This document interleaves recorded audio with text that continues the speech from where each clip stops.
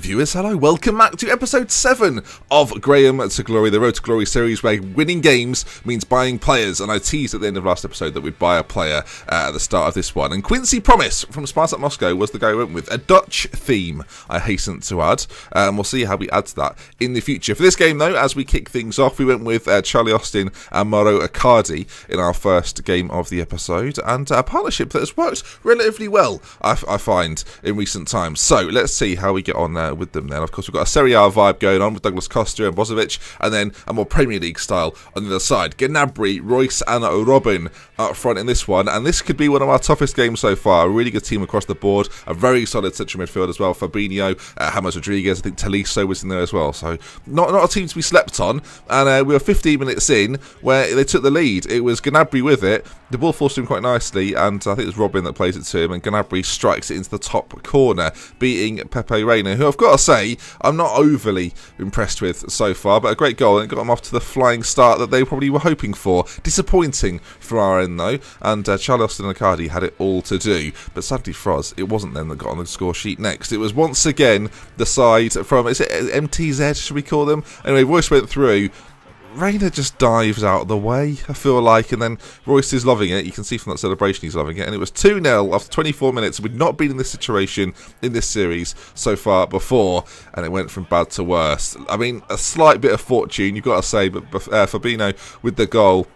Royce hit the post. It was quite a simple finish, and then pulled off the salmon formation, the celebration, which I do quite like actually. It was FC Monsets is the name of the side, with the Bordeaux badge, I believe. And yeah, eventually we decided to try things out. Lovely little flick from Charlie Austin, and Icardi in the second half gets us back on. Oh, well, at least gets us onto the score sheet, I guess it's right to say. It was a lovely little touch. I mean, hopefully you saw that from Charlie Austin. Lovely little flick to Icardi. You can see it here, look. No, you can't. Never mind. It's a lovely little flick and a good finish. And I thought that was our chance to be back in it. And Dele Alli was one of the 3 balls of the season so far. Plays through Charlie Austin, who's not the quickest, not that you'd know it. Battling away, and then finally pulls out an extraordinary shot and hits the back of the net. So after being 3-0 down, struggling on about the hour mark, we get back into the game. Charlie Austin with this goal. It was all about the ball from Dele Alli though. Great delivery to find him, and Austin's run, strength, power. That's what he's good at, to be fair. And actually, in fairness to Charlie Austin, there's an informed version of him. So I'm thinking, if we ever get the right amount of coins, we should go for the informed Charlie Austin and see how much better he is. Obviously, we're hoping for that informed Danny Graham, but that might be some time until now. Anyway, 3-2. And are we getting back into this game, I hear you ask? Well, it wasn't long after our goal that a corner swung in, and it's actually given us an own goal to Tonelli. I mean, once again, the salmon comes out, but it's given us an own goal. I'm not sure if you'll see this from the replay, but apparently that hits the head of Tonelli, and it's credited with the Tonelli own goal. So 4-2, not long left to go. Could there be the great comeback? No, it was 5-2, 90th minute. Robin gets a little bit fortunate. Tonelli again dribbles into him, and Robin on that left foot, he's absolutely deadly and puts it into the back of the net. So 5-2, our most humbling defeat, the most amount of goals we've conceded in a game. Gnabry, Royce and Robin causing us all sorts of problems in it. And yeah, I guess a humbling defeat for us. But sometimes it's nice to realign where you're at, and I kind of felt this was the first game that against a 4-3-3 especially, the 4-4-2 might not be the option going forward, but I guess we'll wait and see. But 6 points so far in the division, and times were changing. Graham and Sturridge back up top, Cazorla and Drinkwater in behind, and we needed to switch things up after that last game. Not our best performance by any means, and back up Bad Boys is who we were playing next, and an interesting name, a fascinating name, and a very unfamiliar duo up top, which we played FIFA this year. That is, of course, a joke. Gabriel Jesus and Marcus Rashford, flanked by Dele Alli, of course, that we know all about. There's Ozil on loan as well, so a decent side. I think Bakayoko's in there as well. But it didn't take us long to put pedal to the metal. Lovely little 3-ball by Daniel Sturridge, who finds his Liverpool teammate Alex Oxlade-Chamberlain, who fires home to give us the lead just 5 minutes in. And yeah, a really nice finish from the Ox as well, coming onto it first time and striking it across the goalkeeper. That's what you want to see from a right winger, right midfielder. We are persisting with the 4-4-2, but I think in the future it might be something we have to look to change, because we're getting a little bit undone, especially as 4-3-3s, I find. Every other formation, I think we're not too bad, but against that one in particular, we tend to struggle. Anyway, Trippier goes through, he spots Danny Graham in the centre, who first time, Edison should maybe do better, gets the goal, and if Danny Graham's scoring against you, there's only one way to react. and that's the way to react. They disconnected, so then we had to wait for 2 minutes to find out if we would get the win or not. And it just got some nice shots to the stadium. Eventually we did though. Coin to the bag then at 9 points on the board. 17, 2 and 2 is our record going into this. And right, we got some packs and stuff as well. This actually, on the surface, a bronze pack, not that good, but hello, cheeky coin bonus there. I think it was 400 coins, so I'll take that all the way to the literal bank, the FIFA bank. Which meant, of course, with the win, we could go out and get another player. And I thought, let's stick with that Dutch theme, stick with the Premier League theme at the same time. So to begin with, at least, we can work things together quite nicely. So Jorginho Wijnaldum was the guy that we were going after, knowing that if we got the title, of course, we could add to this team more and more with 2 players for winning a league title. I've seen a few people suggest that we should get packs and stuff for Graham hat-tricks or Graham goals, but I don't necessarily think that that's what we should be doing.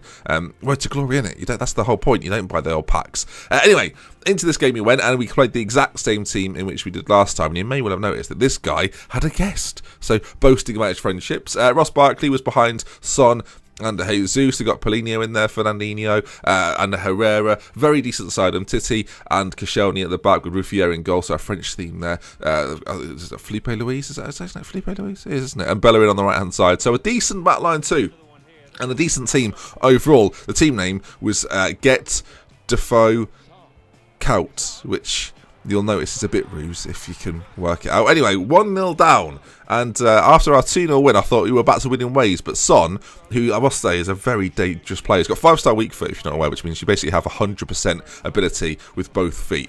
Is how I've seen it work. Anyway, Daniel Sturridge with a lovely... That is one of my favourite assists of the series so far. Little chipped ball through ball towards Santi Cazorla, who first time in off the post gets the goal, and we level things up back to 1-1, and I'm loving life, frankly. You can see again from this ball, Daniel Sturridge just a little dinked over the defender who slides in. And on the half volley, or is it full volley? Half volley, isn't it? Santi Cazorla then makes it 1-1, and we're back on level terms on the stroke of half time. So it was all to play for as we went into the second half, and you'll see from the stats at half time, neither side was playing particularly well. 76% pass completion on either side, and they had slightly more possession, but chances for both sides throughout that first half. And here we go then. Into the second half he went, and Danny Graham decided it was going to be all about him, didn't he? One of the strikes of the series, and he celebrates wildly. We're excited to see what will he do this time. Will he look bemused? That's probably the most confident he seemed, although those fingers look extraordinarily long, and that is a terrifying prospect at Danny Graham's fingers. But a great strike, you'll see from the behind angle. This is one of the one of the strikes of the series so far, and in off the bar too. It's got everything you want in a long distance strike, I have to say.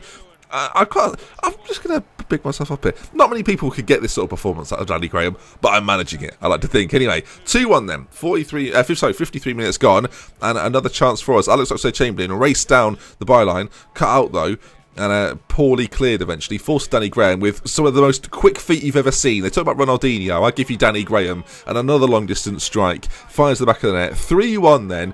And he's sharing the love. He's like will.i.am and the Black Eyed Peas. Thank you very much, Danny. We appreciate that. And you'll see again, behind angle, he's got a vicious strike on him as Mr. Graham. I know he's been known throughout his career as being a decent striker of the ball, decent finisher. But that there, I mean, Ruffier in goal has got absolutely no chance. We looked at the team beforehand, remember? Decent defence, decent goalkeeper. There's nothing you can do to stop Danny Graham. So 3-1 it was, just under the hour mark.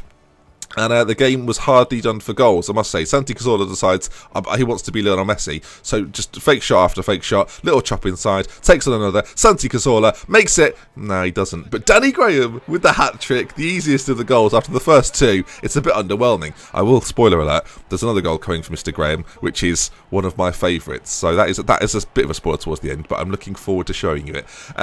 Again, he celebrates there like he scored another screamer, but he does complete his hat-trick. Cazorla did all the work though, and I've got to say, I do really like Santi Cazorla, of course, replaced Cesc Fabregas in the series, and yeah, he's just got just a really nice, well-rounded midfielder.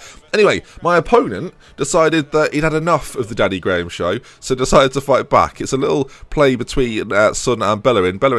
Son goes through, I should say, and it's a bit unfortunate. Adrian there gets a leg to it, but doesn't keep it out, and Son gets another goal in the game. He's a very dangerous player, his Son, and maybe someone that we'll look to buy or purchase in the future, depending on any like formation changes or whatnot. But 4-2 was the scoreline, 72 minutes gone.